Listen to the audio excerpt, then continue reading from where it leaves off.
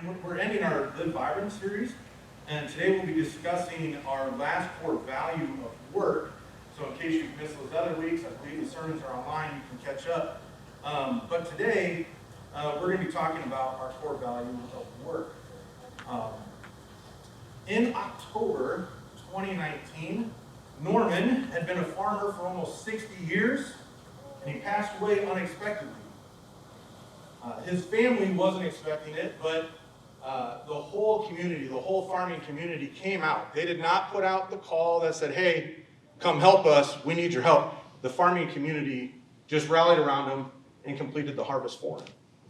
September 2020, Lane suffers a heart attack after his combine. While he was in the combine, it suddenly caught fire. He jumps out, but when he jumps out in the stress of the situation, suffers a heart attack. He lives, but obviously having a major heart attack, he couldn't finish his harvest. So the farming community, again, without anybody asking for help, just rallied around him and his family and showed up to finish his harvest for him. November 2021, this was kind of they're all tough stories to read, but this one was kind of tough. Mitch, 27 years old, 27, passed away unexpectedly. And the farming community rallied around him and his family to harvest his crops. That same month, Robert had his wife of 63 years. 63 years. That is like unheard of these days. 63 years. I think she had a heart attack, if I remember right. Passes away unexpectedly. And the farming community rallies around Robert and finishes his harvest.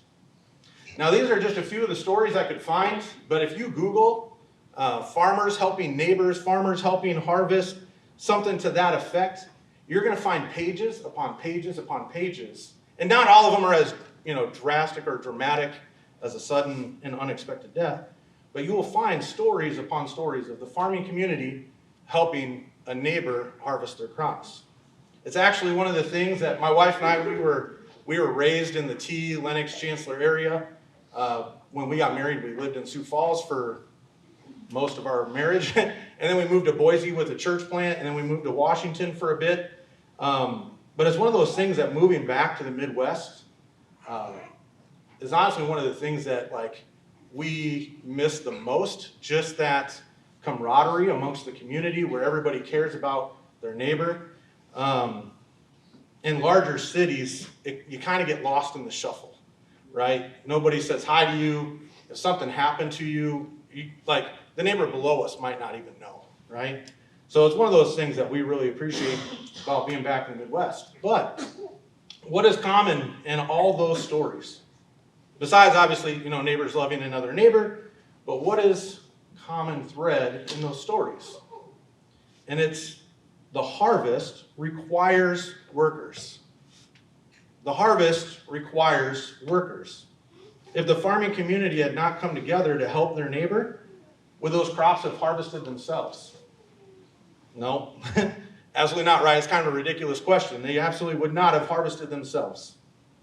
And we're getting to that season, aren't we? As you're driving in, if you live out of town, you're driving in, even just anywhere right now, you can see the crops are turning brown, turning yellow. It's getting to that point that we're going to start seeing the combines out there and harvesting the crops. It's that season. And I don't know about many of you, but there's not many people I know that don't enjoy fall. The weather's starting to change just a bit. It has that chill in the air. My son started working a job at Amazing Acres just outside of Yankton. So you got your pumpkin patches, your apple orchards, your fall festivals, and all that good stuff, right? It's that season. We actually, a couple weeks ago, went to the Yankton football game, and I was able to wear my hooded sweatshirt for the first time. I love wearing my hoodie. My son will wear his hoodie when it's 100 degrees. It does not matter to that kid. No matter what we say, he will wear his hoodie. But for the rest of us who are normal, we enjoy this season because you can put on that hoodie or that sweater, your comfy clothes, your cardigan, whatever it might be. So the crops, like I said, the crops are starting to change a bit. They're losing that color. They're getting ready to harvest. And can someone help me? Because even though I may look like a man's man, I know you're looking at the beard and you're like, I want that. You can't have it, Jake. Sorry, man. You can't have it. It's mine. And I'm married, so it's not yours. So I may look like a man's man, right? I'm a husky boy. I got my big old bushy beard. But I don't know a ton about farming. I'm not going to lie to you. I don't know a ton. But what I do understand is, and correct me if I'm wrong, when the fields start to turn brown, when they start to turn this color, the crops are essentially dead, correct? Or I'm not mistaken there. Correct me if I'm wrong. Seriously, help me. But they're essentially dead for the season, right? And do you know what happens to the crops if they don't get harvested? I had to Google it because, like I said, I don't know. I Googled it. And what essentially happens, again, correct me, they rot further. They get bacteria, they get disease, little vermin, varmints, whatever you want to say, they kind of take over. And it further risks, my understanding is it further risks the crops for future, it further risks future crops. And at the very least, it creates more work to make a future crop more bountiful. So even though the crop is essentially dead, it still has value. So when the crop is ready to be harvested, it must be done. And this brings us to our passage for today. We're in Matthew chapter 9, verse 35 to 38. It says, Jesus traveled through all the towns and villages of that area, teaching in the synagogues and announcing the good news about the kingdom. He healed every kind of disease and illness, and when he saw the crowds, he had compassion on them, because they were confused and helpless. Like sheep without a shepherd, he said to his disciples, the harvest is great, but the workers are few. So pray to the Lord who is in charge of the harvest and ask him to send more workers into his fields. And this is our world right now, right? This is our community right now. Jesus sees what we don't see because he's not actually talking about crops, right? He's not asking his disciples to go be farmers, right? He's not talking about crops. He's talking about people. And there are people, whether you're in Vermilion or Sioux Falls or Beersford or Yankton or wherever it is you live, wherever you came to visit us, wherever your hometown is, there's people that are in need of Jesus. They're ready to receive him too. Like, the soil has been cultivated, the seeds have been planted, it's been watered, it's been cared for, weeds have been removed, and they are ready for the harvest. But there are no workers to help with the harvest, according to Jesus, or is there? I don't know if any of you know this, but Jake and Casey, as amazing as they are, if you have not gotten a chance to know them, they are seriously an amazing couple. Jake is about as smart as a person as I know. Casey is sneaky funny. If you don't know Casey, like when you first meet Casey, right, you see this sweet lady, right? She's super nice, petite, kind of quiet, right? But once you get to know her, she is about as sassy as it gets and sneaky funny. I mean, my wife and I were talking about this the other night in the car. Like, she is sneaky funny. One of the funniest people I know. Ask Jake and Casey about the time he went to Cold Stone. All right, sorry, man. But no, seriously, they are amazing people, but they can't do this church on their own, right? They could put all their efforts into this church, but if it's only up to them, I love you guys, but it's done, right? This church won't grow, it won't reach more people, it'll be done. It's impossible for them to do it. Now understand, like, with God, right, nothing is impossible. With God, nothing is impossible. But that is too tall of a task to put on Jake and Casey. And some of you might be thinking, well, they've got Mason, they've got Kellen, they've got a leadership team. You guys can all do it, right? And while true, like, we help as much as we can, right? We help. But if you leave it up to us, we're not going to accomplish our mission as a church. The church needs you. And not just to be a seat filler or pad our numbers, right? Like, I think we've all probably been to a church at some point or another in our life where you come in, you get your coffee, you sit down, and you leave, and that's all it is, right? That's all it is, because there's not that, what's the word I'm looking for? I don't know if I want to say challenge or even an encouragement. Maybe not necessarily challenge, but like an encouragement to actually live out your faith where you work, where you live, where you play, right? You just come in, you see, you fill the seat. We count the numbers as pastors, right? We count the numbers and go, Church is doing great. We went from 100 to 150, 150 to 350, or whatever it might be. And we feel good because the numbers are getting bigger, but in reality, we have seat fillers, right? There is a purpose for you. There's a purpose for you. God created you for a purpose. And before we get further into that, it is confession time. It's confession time.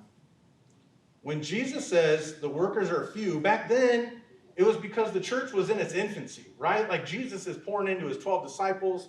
There's 72 disciples and maybe some other people who kind of are like curious about who he is. But the church is in its infancy.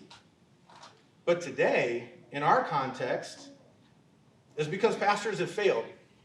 That's why the workers are few, right? It's because we as pastors have failed. Now, I'm not specifically saying Jake or Mason or myself have failed. I'm sure we have on various different levels at various times in our career in ministry, but pastors have failed, and not deliberately, right? We haven't done it deliberately, mind you. For years, we've believed that church growth meant people were living a healthy, vibrant life, right? To use our own terminology. We believe they were living healthy and vibrant lives. And we, pastors, were the reason for that, right? We constructed elaborate services. We have fog machines at some churches, right? The lights, the sound, the music. But the highlight of everyone's week was listening to us preach. In church, we missed the mark. We failed you. And not specifically, like I said, not specifically just, pastors here at Resilient, but just the general population of pastors, we failed you. Doesn't mean we're perfect at all, not by any means. In fact of the matter, we lost sight of what was really important, and that was helping people who love Jesus and who follow Jesus bring other people along to love and follow Jesus, who then, those people also bring other people along to love and follow Jesus. And how have we done with this? And if we're honest, we haven't done well. But one thing the pandemic has done is it has forced the church, and when I say church, I mean the Big C church. If you hear that term, Big C church, what it means is like the global church, right? The global church of Christ. And pastors had to evaluate or reevaluate our priorities and what we focus on. So how do we do that? I think we find it in Ephesians 4. This is 11 to 13. Now these are the gifts Christ gave to the church: the apostles, the prophets, the evangelists, and the pastors and the teachers. Their responsibility is to equip God's people to do his work and build up the church, the body of Christ. This will continue until we all come to such unity in our faith and knowledge of God's Son that we will be mature in the Lord, measuring up to the full and complete standard of Christ. I'm going to repeat just a little bit of that. Their responsibility is to equip God's people to do his work and build up the church, the body of Christ. So how do we do this? How do we equip you? How do we equip each other, right? Because as much as me, Jake, and Mason feel like we've got it together, we don't. We're a hot mess. We're flying by the seat of our pants right now, aren't we, guys? Like, planting a church, that's basically what it is just flying by the seat of your pants and hoping that you're obeying what God is calling you to, right? But I think one of the things that drew me to Resilient, right? So for those of you that don't know, my wife and I, the last few years, we've been helping other church plants. We helped one in Boise, and then we were with another one in just outside of Seattle, in Bellevue, Washington, and that's where Jake and I had stayed in contact over the years, but I told him, like, hey, I think we're moving back. I just don't know where or when or what it looks like, or if we're planting our own church, or if we're going to join up with another church plant, or whatever it might be. But when I got to talking to Jake, one of the things that drew me to Resilient was this core value of work. And it's this idea of leveraging what we do for a living, leveraging where we are right now to grow the kingdom.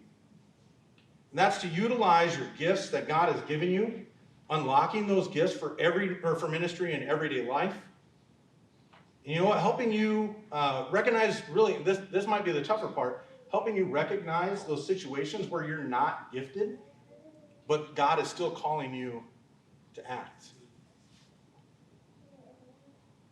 Usually when I talk to people about being called to ministry, I hear two objections. Number one, I'm not called to ministry, I'm not called to be a pastor. It's something to the effect of, that's your job. And I disagree. I'm sorry, I disagree wholeheartedly. I do. I know I'm called for ministry. I don't get paid for this. I don't get paid for this. My full-time job is with an insurance company. I do home inspections virtually. I know that sounds weird, but I do virtual home inspections. So it's kind of creepy. We have like this little drone, takes a picture of your homes, and I look at it. But my calling to ministry has been affirmed for me over and over through the years. The last 10, 15 years, in fact, shortly after I accepted Christ, the lead pastor at the time, so this was roughly 16 years ago, lead pastor at the church at the time, his name was Chris. We did one of those, I don't know if you ever done one of those spiritual gifting tests.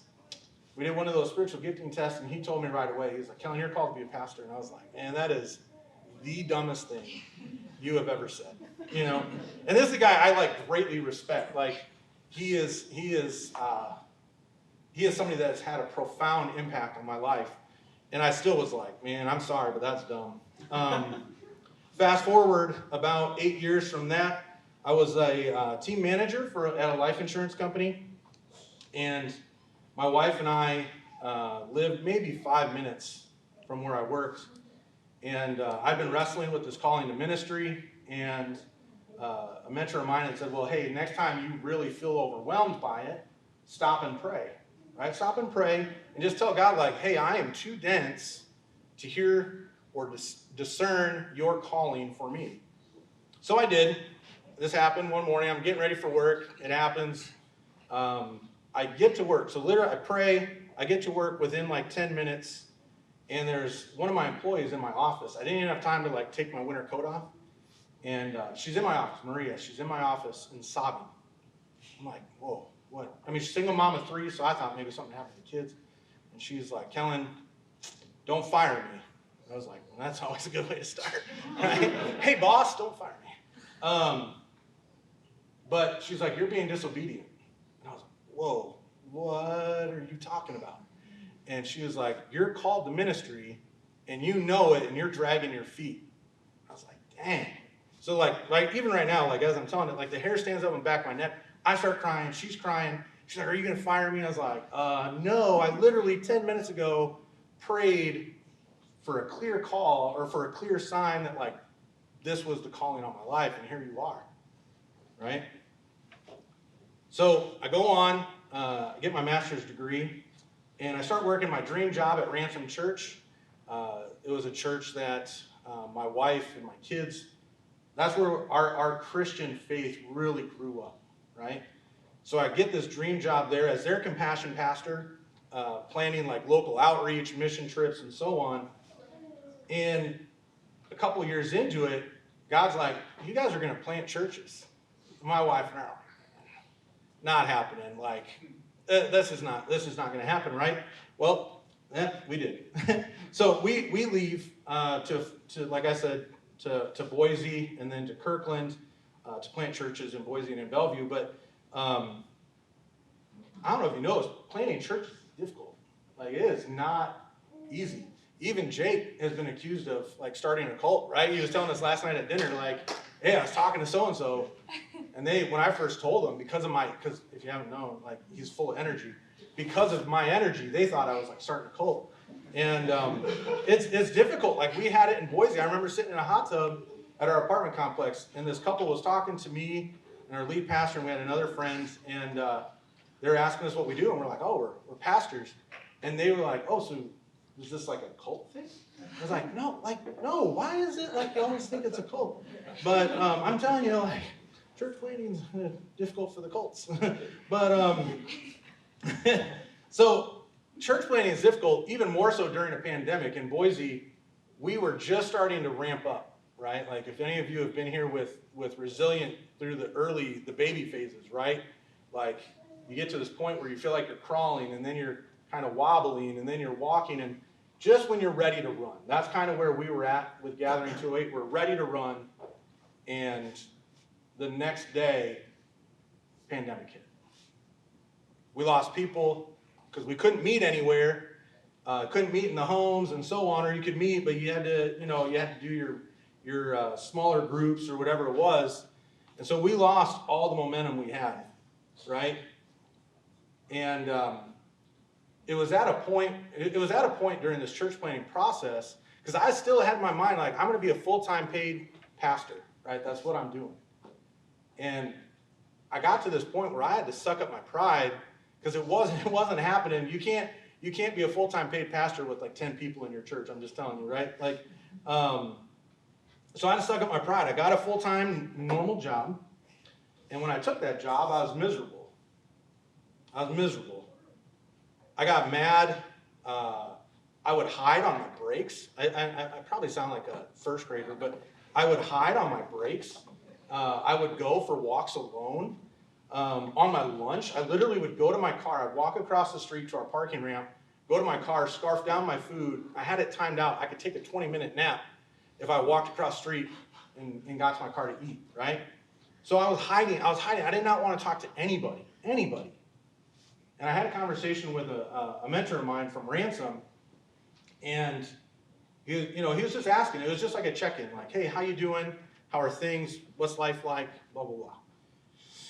And it was one of those calls where we've probably all done it to friends or family members or what have you, where all you do is complain, right? Like, you lay it all out. Like, I was like, Cody, you don't even know, man. Like, you don't even know. Like, I'm not getting paid from the church.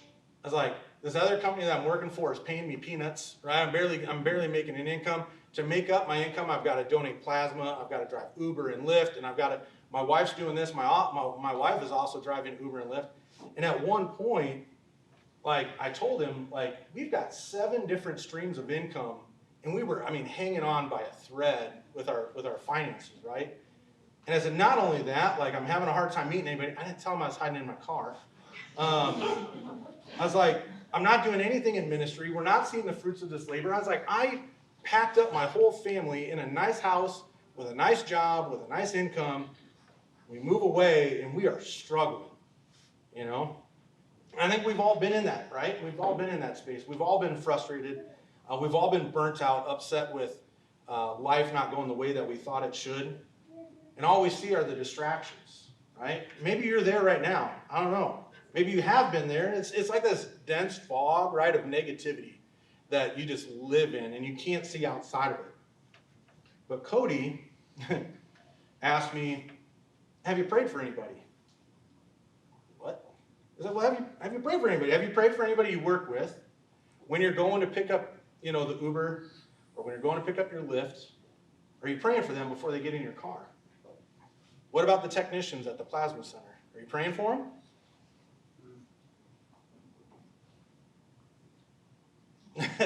No, no, right? I'm not praying for anybody, Cody. I'm trapped within myself and everything bad that's happening to me. I want you to tell me what I can do to fix it. Not go pray for somebody else. What can I do to fix this? And he asked, well, how many of your coworkers are Christian? Like, out of the 200 employees I worked with, I was like 5, maybe, and I'm one of them, And he says, well, before you left Sioux Falls, we had a conversation. How many, when you were on staff at Ransom, he said, how many non-Christians did you know in Sioux Falls? I was like, 8, right? Like, when you're a pastor, you kind of get insulated within the church, and you meet with other Christians for coffee, for lunch, for dinner, whatever it might be. You kind of get insulated a bit. And so he said, well, if you ask me, I'd say God has you exactly where he wants you. Start praying for your coworkers. You ever have that mentor when they kind of say that? It's like a parent, right? They're like, well, maybe if you do this, your life wouldn't be so bad, right? And you're like, oh, man, right? So that's kind of what he was like, start praying for your coworkers. Pray for the people around you. See what happens. So the next morning, I wake up. I'm spending time in my Bible. And I prayed, right? Prayed for an opportunity. I said, God, I just want to have a conversation with somebody today, but also give me, right? Like, I don't know if I'd say courage, but like, help me be obedient when I sense that this is the conversation you want me to have, right? Help me be obedient to that. So I go to work, and at some point during the day, our systems go down. Like down. Like computers are black, can't open anything, everything's down. And where we sat, how they would have their cubicles set up was like pods of 6. So I'm in a pod of 6.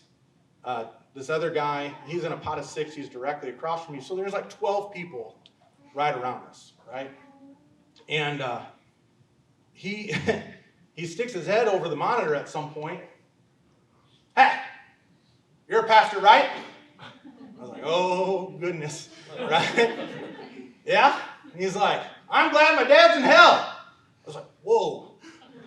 And I'm like looking around. And we've all had that moment where you're like, eyes are on me, right? Eyes are on me. I can feel it right now. Everybody's looking at me and they want to hear what I have to say, right? And so I like stammer, what? And he gets a little louder. I am, like I'm dense and dumb, like, glad my dad is in hell. What do you think? I was like, oh my gosh. It's like, okay, God. Like, the Holy Spirit's like, you wanted an opportunity for a conversation. Right? Smacks me upside the head. There's nowhere to go. Right? He was not like, hey, man, just wondering if we can go to coffee. I got to talk to you about something. Right? Like, everybody heard. So not only, like, the 12 people, like, in our little pod, but, like, everybody is, like, looking now, like, what is this guy going to say? And what the heck happened to Dan? Right? Like, that guy is so happy his dad's in hell. I can't run. There's no way out. So there's no way to brush him off, right? Because if I brush him off, all these coworkers, I've lost any validity for future conversations. So we have this conversation right in front of everybody. And we covered hell, heaven, sin, grace, forgiveness, pain, trauma, abuse, abandonment, death. Right in the middle of everybody. It was wild. Like, wow. We did talk about clothes, actually. But this guy, we'd go on to have many conversations. He'd ask me questions about, hey, I was reading this in John. I was reading this in Corinthians. I was reading this in David. I was reading this about David, sorry. He eventually joins up with our men's discipleship group. His wife eventually joins my wife's, his wife eventually joined my wife's discipleship group. But here's the kicker. The next day I did the same thing. A little scared, but did the same thing. And at some point, a coworker walks up to me. This day the systems aren't down. The systems are all running. But she walks up to me, hey, Kellen, I hate the church, but I love Jesus. All right, how about we go to lunch, right? Because I want to do this in front of everybody again. So we go to lunch. We have that conversation, right? Next day, I do it again. Another coworker. I never would have talked to you had I known you were a Christian. Wow. Okay. Next day, another coworker. This time we're on a walk. This coworker, there's like a group of 4 of us. She says,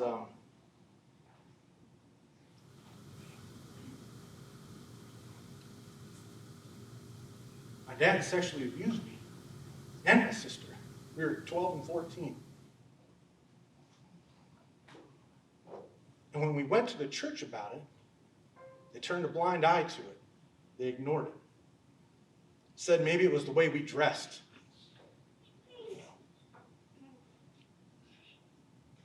That friend, she became a good friend, said it had been 18 years. She was 32. 18 years since she had had a Christian friend. And she went on to tell me that she had not met a Christian she could talk to about her faith or Jesus or she had never heard of a friend talk about their faith or Jesus or the church the way that I had, which was essentially with grace and truth.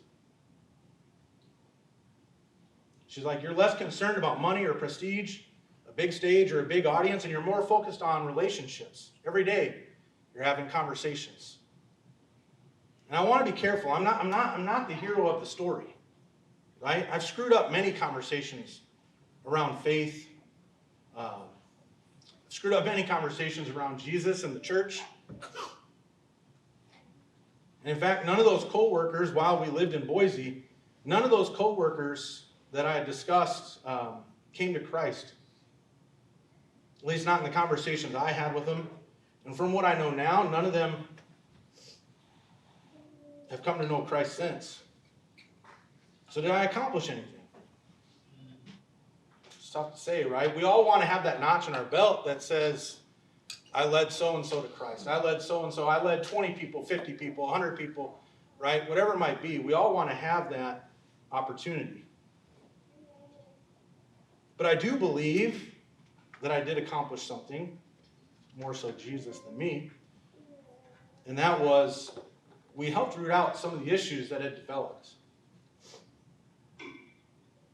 You could say maybe I was tilling the ground, watering the seeds, cultivating the soil, whatever it might be. But it's something that wherever you are right now, like you're in ministry. You're in ministry every day of your life. You don't need this microphone. You don't need the guitar. You don't need a blog or a YouTube channel. You're in ministry every day with the people that you sit by, whether it's in class, at work, at the bank, at the coffee shop. You're in ministry. And you need to hear this. This was a passage for me when I was younger that really kind of helped shift my mindset. It's from 1 Peter chapter 2, verse 9. You are a chosen people. You're a chosen people. You're royal priests, a holy nation, God's very own possession. And as a result, you can show others the goodness of God. You can show others the goodness of God, for he called you out of darkness into his wonderful light. Ephesians chapter 2, verses 8 through 10. This is in the NIV version. God saved you by his grace when you believed, and you can't take credit for it. It's a gift from God. Salvation is not a reward for the good things we have done, so none of us can boast about it. For we are God's masterpiece. He has created us anew in Christ Jesus so that we can do what? The good works that he planned for us long ago. You have a purpose in this life. When God created you, he created you for this time, for a specific reason. Like, think about it. When have we ever, in the course of human history, ever had another Emma? Right? Never. Or another Amanda. Or another Damien. Right? Never. But don't get confused. It's not about you. It's about what you can do for his kingdom. We partner with him in his work with our lives. And if you don't think you're called to ministry, you're sorely mistaken. Like some of us, like Jake, for example, they're called to full-time paid professional pastoral positions. That's good alliteration for you. Most of us, though, are called to professions like teaching, nursing, barbering, construction, lawyers, doctors, carpenters, lumberjacks, accountants, right? But through and in those professions is where we use the gifts we have that lead to ministry opportunities. Objection number 2, I don't have the time. I don't have the time. Maybe one of the things that you feel like is getting in the way of you doing ministry is time. It's a limited resource, right? Like we only have 24 hours. We all have the same amount of hours in every given day. 24 hours. Now at that church plant in Boise, my role with that church was I oversaw discipleship and multiplication. There was a Sunday morning where I was talking about discipleship, and one of the guys in the room speaks up. Keep in mind, like I said, it's a church of 10, so it felt a little different. But he speaks up, and he says, absolutely not. I'm not going to do it. I don't have time. I don't have time, Kellen. Don't make me do another thing. I can't even get to like my kids' football games. I can't get home for dinner on time. Don't add another thing to my schedule. right? And the thing is, like, he's not wrong. He wasn't wrong. I knew it, he knew it, the room knew it, and I was in the same boat. My wife and I, we were in the same boat. Like I said earlier, at one time we had 7 streams of income, 5 side hustles. 5 side hustles. And that was just to make ends meet. And if you're a student, I know you have classes, you got study time, work, practice if you're in like sports or anything extracurricular. If you're an adult, it's work and kids' schedules. And as Americans, we have busy lives, right? Like it's almost like a badge of honor, you know? Like, hey Jake, how you doing? Man, I'm so busy. Hey Mason, how you doing? Dude, I have so much going on, I'm exhausted. Right? And that's where I'm at sometimes, right? Oh man, I'm exhausted. 3 kids, full-time job, trying to help out with the church plant, right? There's those times. But in the book, The Art of Neighboring, the authors state, we live in a world that values production, results, and activity. We tend to run from one task to another and then to another. Our to-do list grows longer and longer, even though we keep checking things off. Today we have more time-saving devices at our disposal than any other generation in history. Yet, we feel as though we have less and less time to get things done. So what do we need to do? And this is myself included. That's to identify an imbalance in our lives. And we do this by telling ourselves the 3 lies that basically get us through our daily life. And that's lie number 1, things will settle down someday, right? Parents with kids, you know, like, never. Not going to happen. Like, things will only slow down the day we die. With each new deadline we meet, a new deadline pops up. For example, I finished a sermon a few weeks ago, and that's when I realized, like, oh, I have a new sermon deadline in like 7 weeks, you know? Life gets slower, or we think life will get slower when football or volleyball is done. But then there's wrestling, there's basketball, there's track, or there's drama, dance, and gymnastics, ACTs, SATs, graduation, and on it goes. Line number 2, more will be enough. More will be enough. I just need to get, the new iPhone 14, whatever it might be, the new iPad, the new whatever it could be, right? We convince ourselves that our lives will be better if we can purchase the next thing or if we can achieve more, right? Like, maybe if I get that promotion, I won't have to work overtime, right? Because my salary will be higher, so I won't have to work the overtime to make up the thing. But then you get that promotion, and you go, oh man, I'm in charge of this person, right? So maybe the next promotion. Nope, next promotion isn't it. Maybe I just need to do more or be more. And then I'll be more content. But then we just find something else after that. Line number 3, everybody lives like this.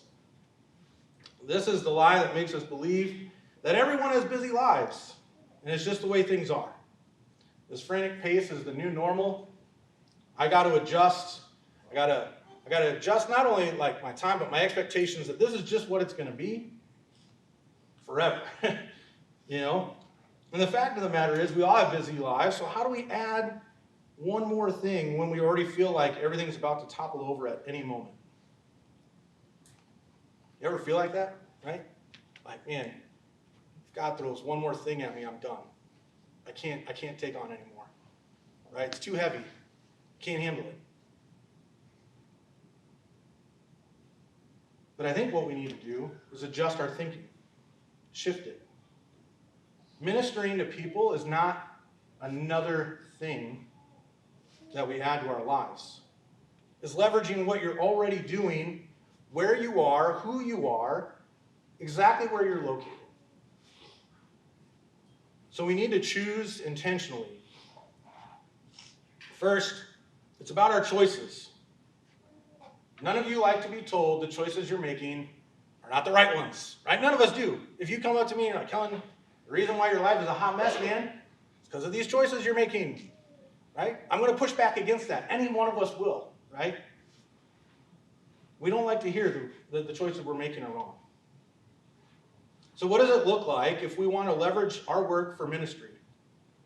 Using my past as an example, maybe that means instead of taking a nap in my car on lunch break, I go for a walk with those coworkers, right? By the way, I'm an introvert. So when I take my kids to their sporting practices or, gymnastics or whatever it was, like, instead of sitting in my car, like I'd drop my daughters off at gymnastics and I'd sit in my car instead of going inside to talk to the other parents, maybe instead of hiding in my car, I get out. I go sit on the bleachers. I go sit in the, I don't know what you call it, gymnastics room. I go sit in there. I talk to other parents. If I'm a student, maybe instead of grabbing my lunch on the run, right? Maybe instead of grabbing my lunch or my breakfast on the run, I sit down with somebody, right? Sit at a table with them. Go for a walk, right? I'm telling you, those walks on my lunch breaks, that's where the conversations happen. That's where the best conversations happen. Second, be intentional. As my mentor correctly pointed out, I hate admitting that, I was not praying for people that God was placing in my path. I was not at all. And when I became intentional about praying for them, not just like my coworkers, but my neighbors at our apartment, we ended up meeting some good friends, Ryan and Erica, who ended up joining our church plant. But I became intentional about praying for my neighbors, co-workers, barista at the coffee shop, the Uber riders, whatever, right? When I started praying for those conversations daily, praying for those people, suddenly my outlook changed. Like, yes, conversations happened, right? Relationships grew, but the Holy Spirit shifted. Like, the first few times you do it, it's a little scary, but the Holy Spirit shifted my viewpoint. Then it just started to become like natural. Like, every day someone was talking to me and I'm like, I'm not even like seeking these conversations out. It's just happening, When you start praying for people, when you start praying for those conversations, even if you don't know all there is to know about the Bible, you can still talk about your spiritual faith, what you've been through, whether it's good, bad, or ugly, right? Now, some of those conversations, though, are difficult, right? Like, it's never easy, especially as a pastor, as a Christian. It's never easy to hear about the church turning a blind eye to abuse, right? Especially when it involves children. But being a small part of that healing process was incredibly fulfilling too. Intentionality begins at home. One of the areas that I was convicted of while working on the sermon is how I spend my time. Because I work from home.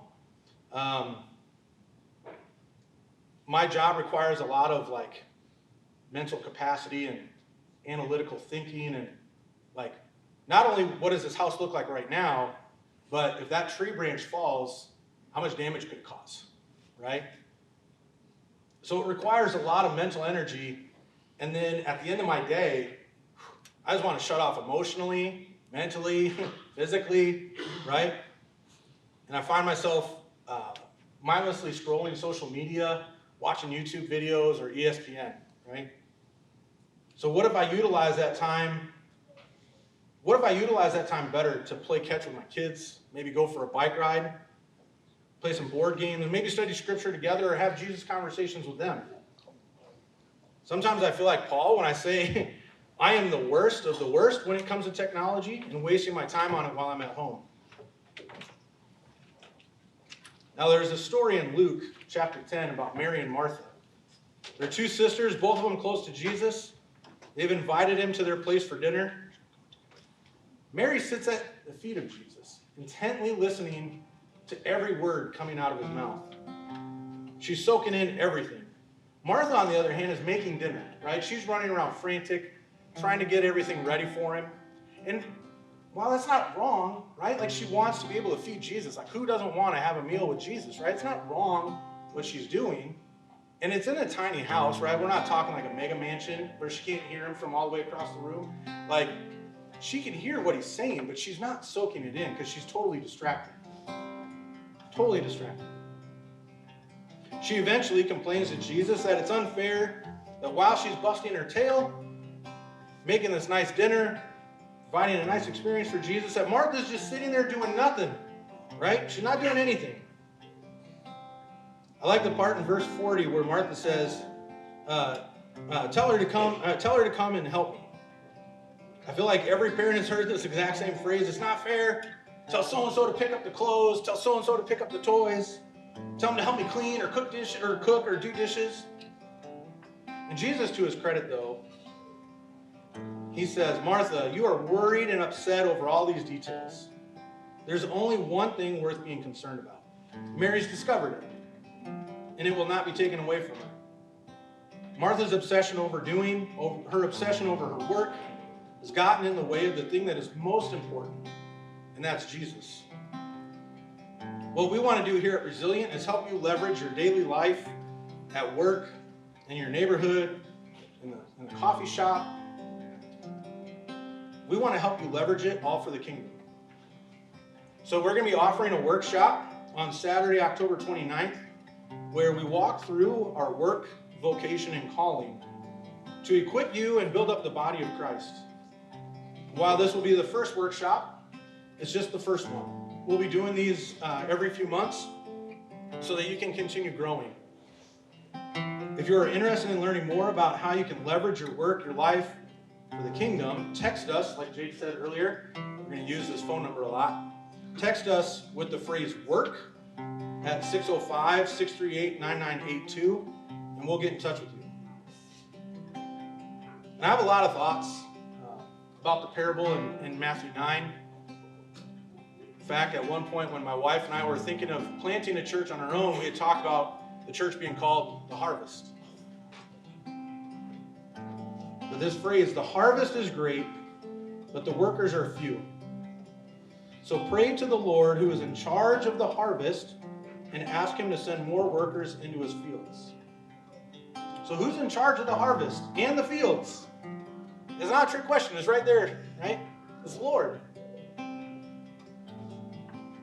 The other day, Natalie shared a story in a Slack channel for our church. Shared a story about a guy on campus that's misleading people on who Christ is. And I loved what you had to say, because the people walking by him knew that he's not preaching a real gospel. He's not preaching the truth of Christ or who Christ is, right? Like Christians and non-Christians alike understood what he was saying was misleading. And Jake said this a few weeks ago. The Lord said, like, I'm the shepherd and my sheep know my voice, right? Like you guys recognized it.